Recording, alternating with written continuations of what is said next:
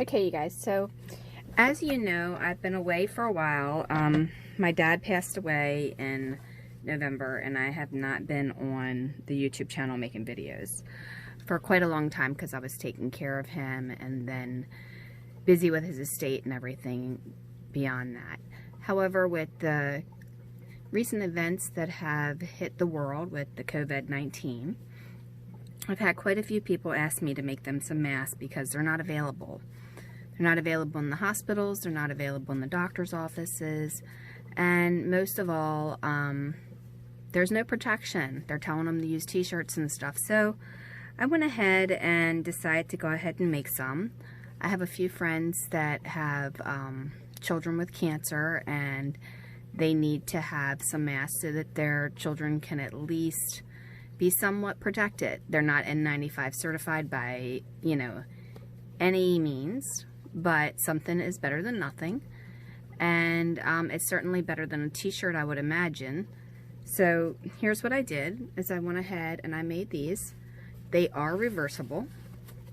So you can wear it on one side, or you can wear it on the other. And as you see in the beginning, that's what I had on. The elastic is here, and it's folded in between the fabric. Now, as you see, there's a couple of stitches here that are double. This needs to be trimmed still. Because I double backed on this stitch, because I wanted to give that extra security, because these tend to break off and wear out over time. Okay, so I'm going to show you two ways to do this. The first one, I'm going to use the serger with a combination of the sewing machine, and the second one is going to be just the sewing machine. That way you can kind of see how it is. I'll put the pattern up so you can get it. The pattern is pretty simple. You're basically going to cut it on the fold, and then you're going to sandwich the two together with your layer of the inner side inside of it. And then you're going to stitch here, and you're going to stitch here. Flip it inside out, insert your elastic, fold this inward, and then you're going to stitch. Okay, and I've got several sizes, all the way down to even the doll size. So when you get to this size, you can even make them for your dolls if you like. Alright, since this is a dollhouse channel, however, I felt the need to expand it for this crisis we're all going through. Another thing I did, which is going to make it really easy for you rather than trying to cut material out, is I bought these from the Dollar Tree. They're just cookie cutting boards. They're super thin, very cheaply made. However, when you're trying to cut out a pattern, they work great, because this side is a little grippy and this side's nice and smooth. So you can write on one side and then use the grippy side to put on your fabric when you're cutting it. Alright, so when you get done cutting your fabric out, you should have something that looks very similar to this, because you've cut on the fold. Okay, with that being cut on the fold, then you want to have it exactly like that. So it kind of looks really, really weird and kind of confusing, but that's okay. I'm going to show you how you can do this in a really easy way. Okay, so once you have it, you want to have the material on the outside facing with the pattern up. Then your interfacing or lining, I'm using a very thick polyester in here that's still breathable, but it's got a little bit more of a barrier than a t-shirt would have. Alright, or at least I would hope it does. It does seem to be. It's a lot thicker. So now I'm going to fold this together just like this, and then I'm going to put it on a serger, and it's going to stitch from here to here. Not mistaken for the arch that's going this way. You want to go up like you're going up the steps around the rainbow. Alright, then I'm going to put it down here. Put my foot down.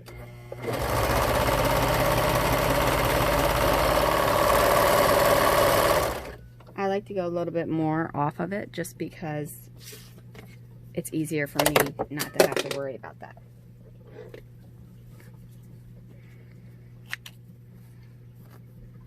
And I always double pull that to make sure that's going to come out. And by the way, guys, I've had this serger since like October, and I've never opened it out of the box at all. So this is actually my first go at it this week using it. I figured why not try it? All right, so now you want to flip it inside out and double check that all of your seams caught, that you don't have any gaps, because occasionally you can get a little gap in here and your fabric is messy. All right, you're going to see this here, don't worry about that. All right, the next thing you want to do is you want to have the pattern facing the other pattern, okay? So point goes up and you want to match it with this point here, okay? But I skipped a step, I'm sorry. Stitch this together the same way. Normally I have that part done.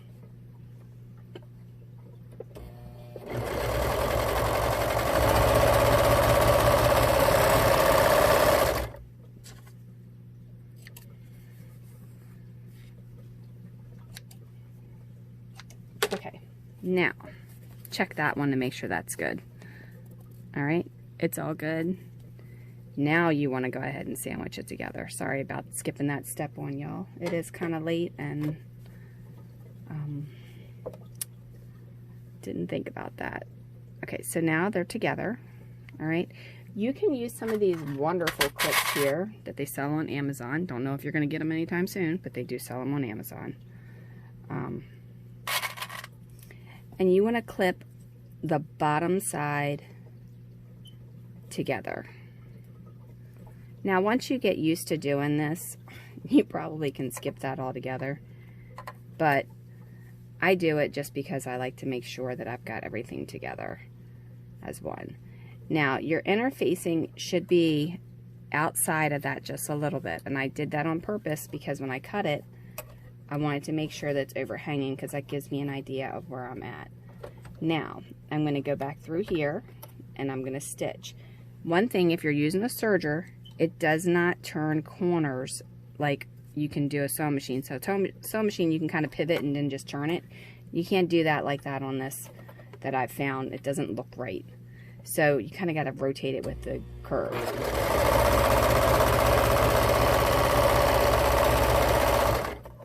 Okay, now I'm going to reposition this side because it does start to get a little wonky on you. Make sure that blue is up above it as the interface is here.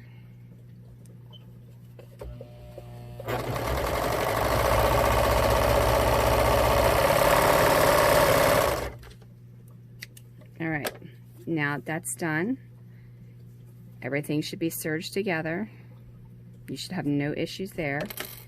Open it back up and just double check your seams, because if you miss a seam, it's going to be a pain to have to deal with it later. All right, so just stitch it back down just like that. Make sure you got everything lined up. You can iron it if it's easier for you. I'm not ironing them until after they're washed, because when I get done making all of these, they're going in a sanitary cycle, and then they will be bagged up so that they can go to the kids at the hospital and the nurses that need them. All right, so now I'm going to go down and I'm going to keep these two pieces here where you have this seam and this seam. You want to have that together.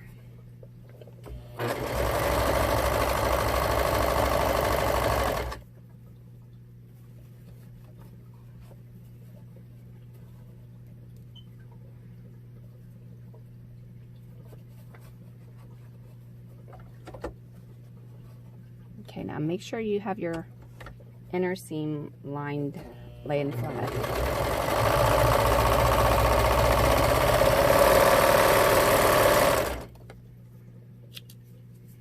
All right, so now I like to pull these again just so that they're out of the way. I don't know if it makes a difference or not, but I like to pull them taut so that all the little strings don't have looseness about them. All right, so now you should have something that looks like this. Looks kind of funky, I know, but it works. Now, you want to grab the two pattern sides, not to be mistaken for this. You want to grab the two pattern sides, and you want to go ahead and flip it inside out. Hopefully, you've caught all your seams properly so it's not an issue. Otherwise, you got to go back in and reserge it, and you're going to make the mask shorter. Okay, so my seams all look pretty good there. They look pretty good along there. All right. Now you have the thick side on one side and the thin material on the other side. And if you go on CDC's site, you can actually get some information on the mass of what they're suggesting and the type of material and stuff as well. All right, so at this point you can press it or you can leave it. It's completely up to you. I like to take my pinking shears and just kind of go over the edge if anything's hanging out and just kind of cut it off. Not really necessary because you're tucking it inside, but I like to do that anyway.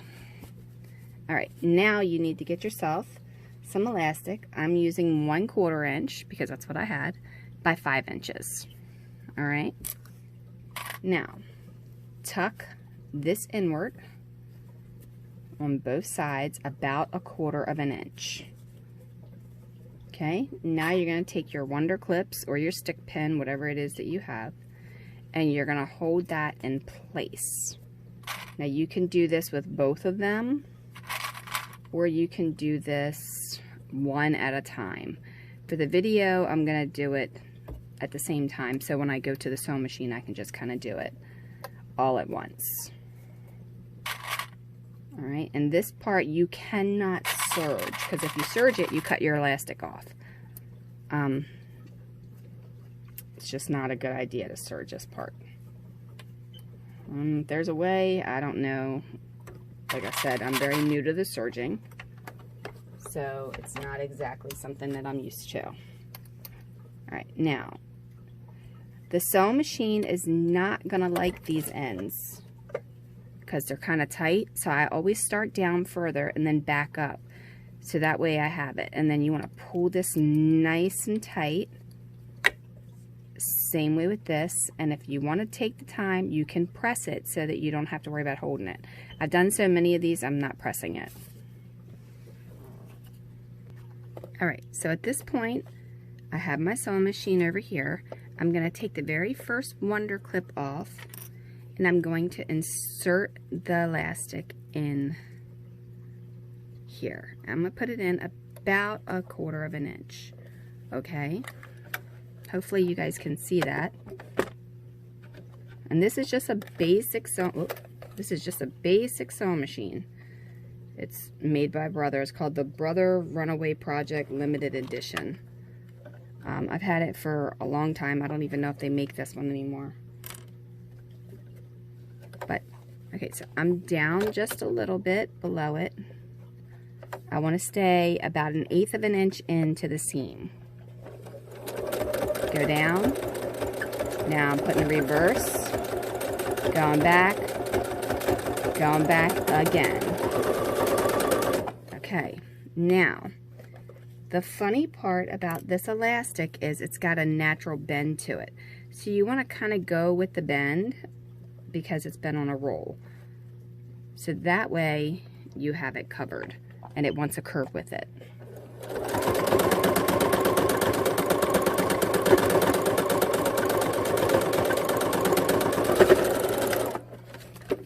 Now once these patterns are cut, you can knock these out in like a matter of like 3 minutes. It's really quick, super fast, and there's no time at all to it. Trim up your edges, and sometimes your sewing machine may act stupid, and when you go over it, it might give you a little bit of a balking in here. But basically that's what it'll look like. And it's reversible, so you can put a different pattern on this side if you like I did with these. And again, each one of these are going to be washed in the wash machine. All right, now I'm going to do the same exact thing to this side. All right, and I like to have it where the mask is always facing outward. It makes life a lot easier that way. All right.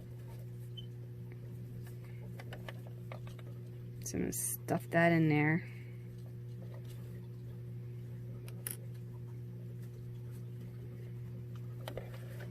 I'm going to move down beyond that little bump there.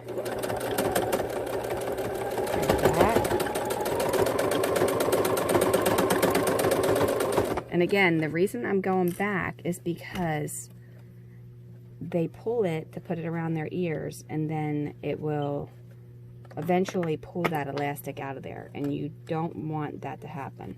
If you have a hard time getting your elastic in, like this one wants a curve funny, just use something to stick it in there. They're tweezers, it works.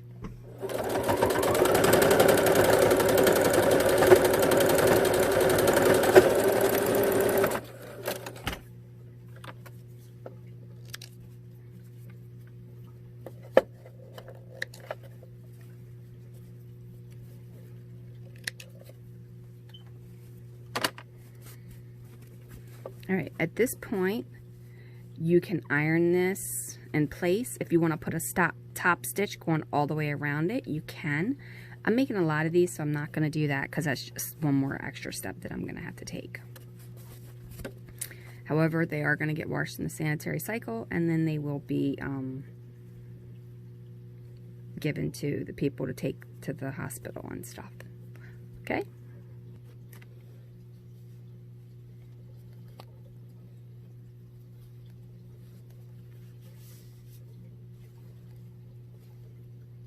Okay, so if you want to see how you're going to do it with just a sewing machine, you're going to do the same exact thing, only you're not using a serger. Okay, so you obviously can't have this here because then you're going to miss your pattern. So you want to put this on the bottom, facing down. Then you want to put these two together, and you want to fold them inward, and then sandwich all of the pattern together. Make sure you have everything the way that it needs to be. Get it all straight and even.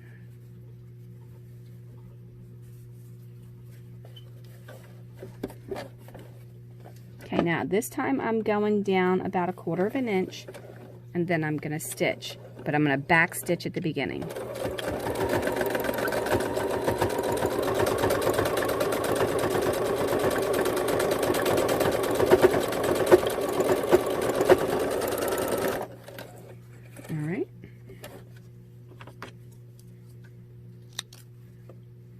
Open it up, make sure you caught all your seams again. Now, you're going to do the same exact thing with the other one. Now, if you cut all of these at the same time, they should fold properly to where you have them all the right size. If not, you cut them individually, the inner ones are going to need to be smaller.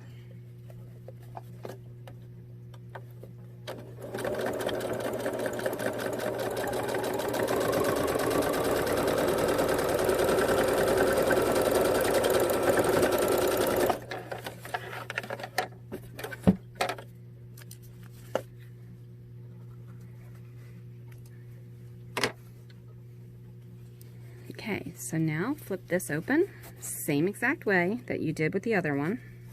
And now you're going to flip this one open, and then you're going to sandwich them together, just like that, okay?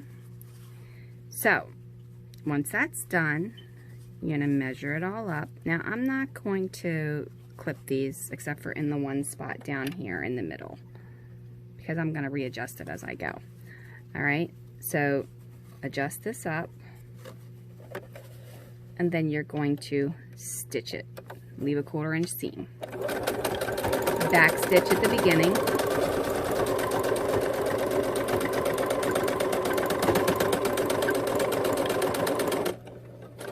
Okay, right there I just did a back stitch right at the tip because that's going to be the part that's going to be going under your glasses if you have some. Then I'm going to pivot it around a little bit.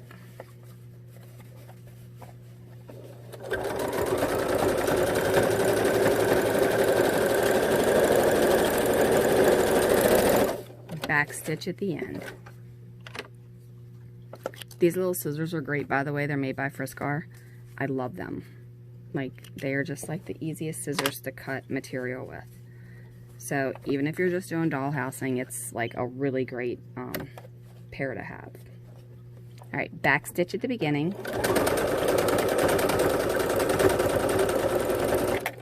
All right, now at this point you want to make sure your seams are lined up. but you want to have one facing to the right and one facing to the left. So that one is going to go that way and this one's going to go this way. And the reason that is because when you get to the sewing machine, you want to make sure that it's not too bulky.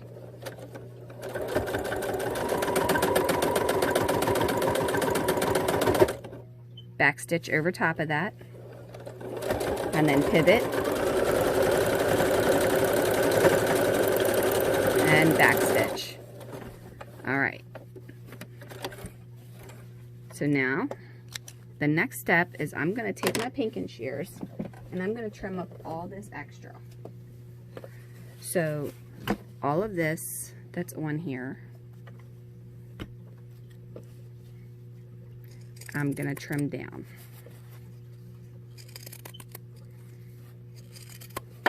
That way it's less bulk when I flip it.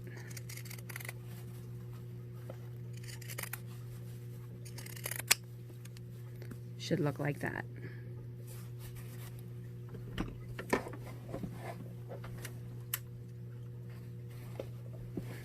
Okay, maybe you can see it better if I turn that light on.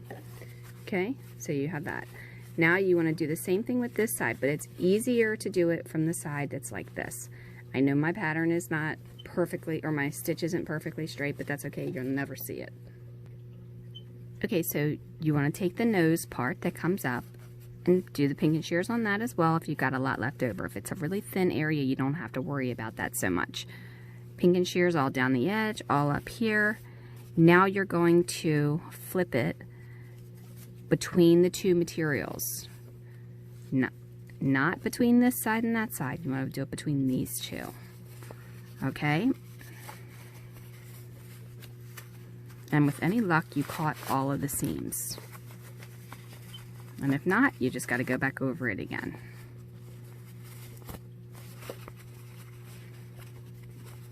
While you're in there, take your finger and point the nose upward and try to push out those seams. Make sure they're all done. Kind of roll them all flat there. Again, you're going to flip these inward about 1/4 of an inch. Now this material is a little bit thicker than the other material, so it likes to give me a hard time when I put it in the sewing machine. So I'm going to make this a little bit tighter if I can. Okay? So I'm going to put that there. Again, clip that, and then I'm going to repeat.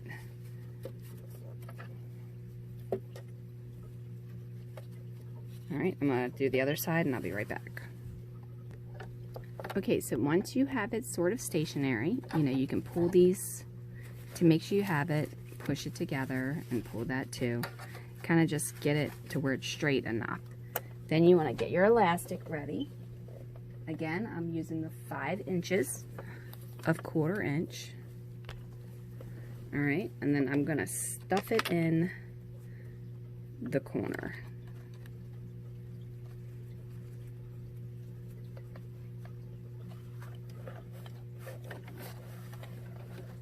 Now, remember, you have to start, if you have thicker material, and really pretty much any material at this rate, down further.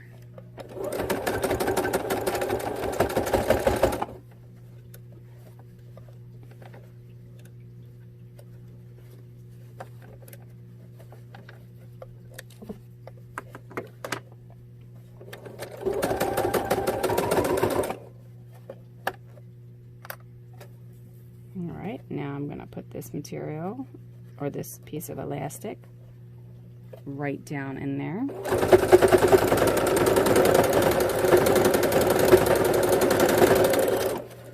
And sometimes this gets bunchy. Look, see, it did. See how it got caught up there a little bit? If that happens to you in your machine, here's what I do. I trim it off with these scissors, or you can use your seam ripper, either way. And I pick that out of there and I just go back over it again, because sometimes that happens when you get up on this corner. So don't panic if that happens. And I mean, and honestly, they're going to wear these a few times and then they're going to have to go in the trash anyway. So they're not going to probably hold up to years of laundry like ordinary things, because they're being used for long periods of time.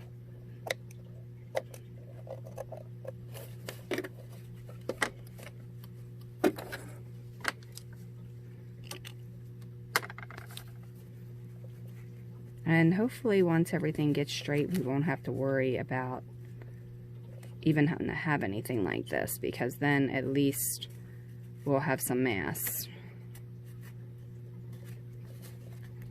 But until then, something is definitely better than nothing.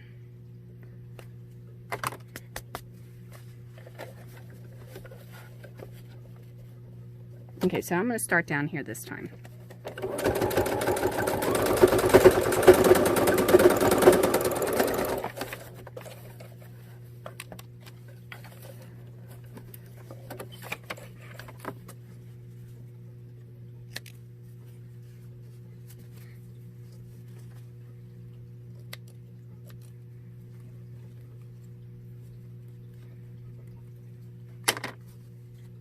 Alright, so that's a little better. Again, the sewing machine does not like this thick material. So remember, the thicker you go, the harder it is to sew.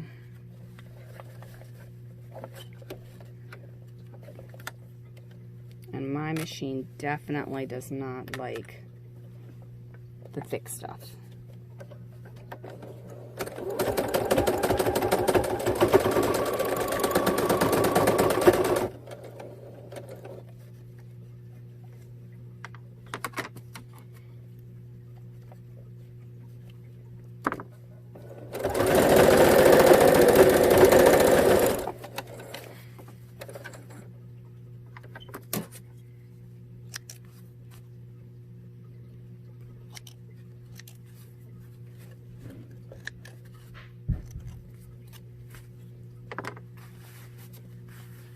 Alright, so now you can just kind of roll that out, pull your seams up to get that nice and taut there. Just kind of roll it up.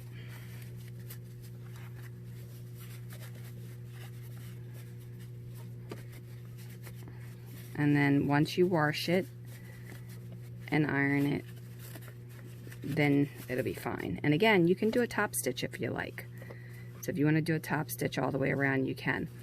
And you can actually, if you're not doing like a zillion of these like I think I am, I mean, you can take your time with it and actually make it a lot neater. But you get the idea. It's basically just to cover your nose and your mouth, and it's a very simple mask. I actually find these a lot easier to make than I do the ones with the little edges in it. I've done quite a few. I've even done some on my embroidery machine that I don't like. Like I've done this one that you can actually slide the mask inside of, you know, and then they fit it on there. I don't like making this, believe it or not. I just don't think that it, I don't know, I don't like it. You can put it in there and it gives you a little bit more space. I've done this one where you can also slide the filters in there. I don't like them. And then I've done this one where you can slide the filter in there, and I did this one on my embroidery machine. And it's double layered with that opening. I just, honestly, I think the masks that have like the most detail to them is like those, but these seem to fit the face better, and I think they cover more of the face. And at this time, I think you really need to have more coverage. You know, I don't know. And I've made them in multiple sizes.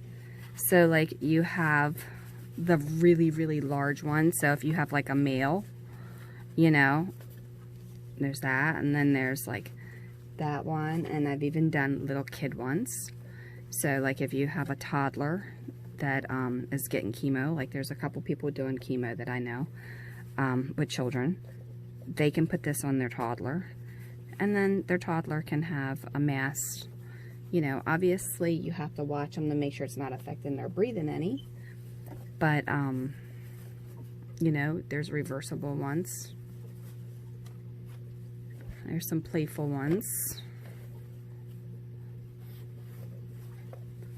You know, use your discretion and understand that they are not N-95 certified masks by any means. They are just masks to help add extra protection, and since I'm not a scientist, I don't even know that they do that. I just know that I'm going off of what the website is saying to use for the material on the CDC and stuff. So that's what I've done, and hopefully this will help somebody that has a child or a nurse or a doctor that can't get a mask, help them get more protection. Because at this point in the game, there's no playing. We all need to start praying and hope this goes away, or we find a vaccine or something to go with it to get rid of it. And we all need to unite as one, you know, and come together with all of our technology and see what we can't do to make a difference. And hopefully making these masks will make a difference. All right, well, on the dollhouse note of this, I will be doing lots more dollhousing here soon.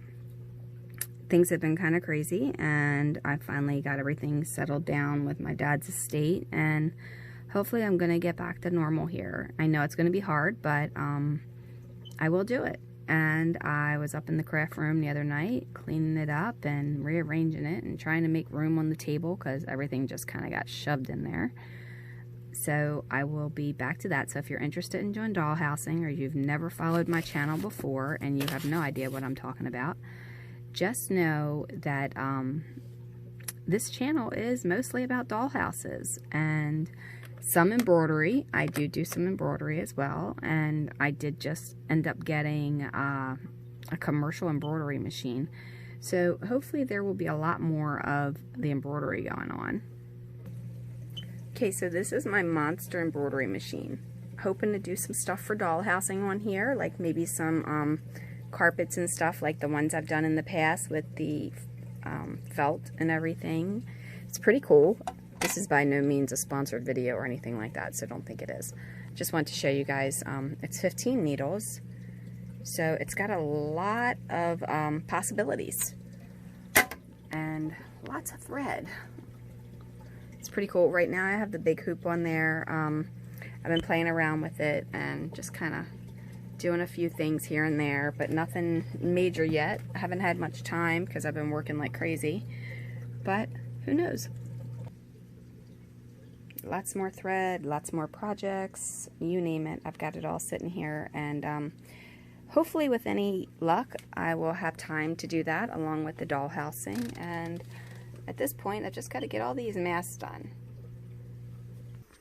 Okay, so when I said I started cleaning off the table, I did, but I just have to show you guys this because this is like the dirtiest my house has ever been.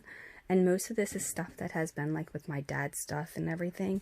So everything is kind of crazy. I even have a storage unit for like some of his things that I have for tools and everything. But like, look, I can't even get to my drawers because like all this stuff is just sitting here. And this isn't even half of it. I mean, he had a garage that was 3 cars worth of tools and everything. And I didn't have room to put it all in here.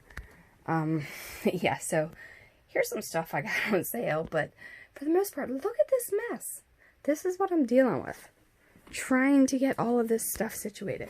And there's a bandsaw in the craft closet. It's crazy. And, like, I started working on this a couple weeks ago. Got the lights sort of set up. Got the table kind of set up. And there's a saw actually over there, too. You can't see it, but it is back there. So this is what I'm kind of working on. These are some of my dad's shirts I didn't want to get rid of because I wanted to turn them into memory bears for the grandkids. And, you know, lots and lots of stuff. I do want to epoxy this table. And I do want to finish this farmhouse. And, I need to epoxy it because I have this on the table. It says, "In love and memory of Dollhouse Dad." Those of you who know him as Dollhouse Dad, because we've done lots and lots of stuff. he had lots of trophies. I will tell you this. I took them after I wasn't going to, and I didn't know what to do with them. And I decided, well, I'm not really going to be able to do anything with them. Oh, that looks kind of cool. That's part of the trophy. And I'm thinking maybe a glass table, cut some plastic or a piece of plexiglass and put it on there. Or maybe a water fountain. Got any ideas? Leave it in the comments below. I don't know. I've got like so much stuff. I've got more stuff than I think I need. See all the trophies down there? This is crazy. But this is my mess. And my current mess. This is why I haven't had any time to do anything. Because even though when I've had time, I haven't been able to get in here. So hopefully, now that my business has been severely affected by this COVID-19, I will be able to get in here and start working. You know, unfortunately, my cleaning company, I have people who still want stuff to be cleaned, and I have people who don't because they're scared to death, and you can't blame them. This is a crazy pandemic. I mean, people are literally dying, and, you know, there's a lot of things, and even though we wear protection and we do everything that we possibly can, this virus is a hidden enemy, so you really don't know who has it and who doesn't at this point. Follow CDC, follow the World Health Organization, and then keep up on everything, because if you don't, you know, you're not going to be informed, and it's going to kind of be scary to think about what could happen. Stay healthy, and I will be back to doing this pretty soon. Got all this stuff in here. I did go buy some glue. See the glue there? I bought that just the other day. And then I went to Home Depot and I bought these carpets because I thought, wow, they're pretty thin. I mean, they're super, super thin. And I think they would make great dollhouse room carpets. So I got those too. But all right, now I'm rambling and it's very late, and I'm going to let you guys go. And I hope that this tutorial for sewing the mask helps you in some way or another. And if you don't want to make any, then that's fine too. But I will put the template for this probably, I don't know, it's a pretty big file. I will probably try to put it on my website. If not, leave your email in the comments below if you would like it, and I can email it to you. All right, just let me know if you want it, and then we'll go from there. All right, have a wonderful, wonderful day, and stay healthy and stay safe.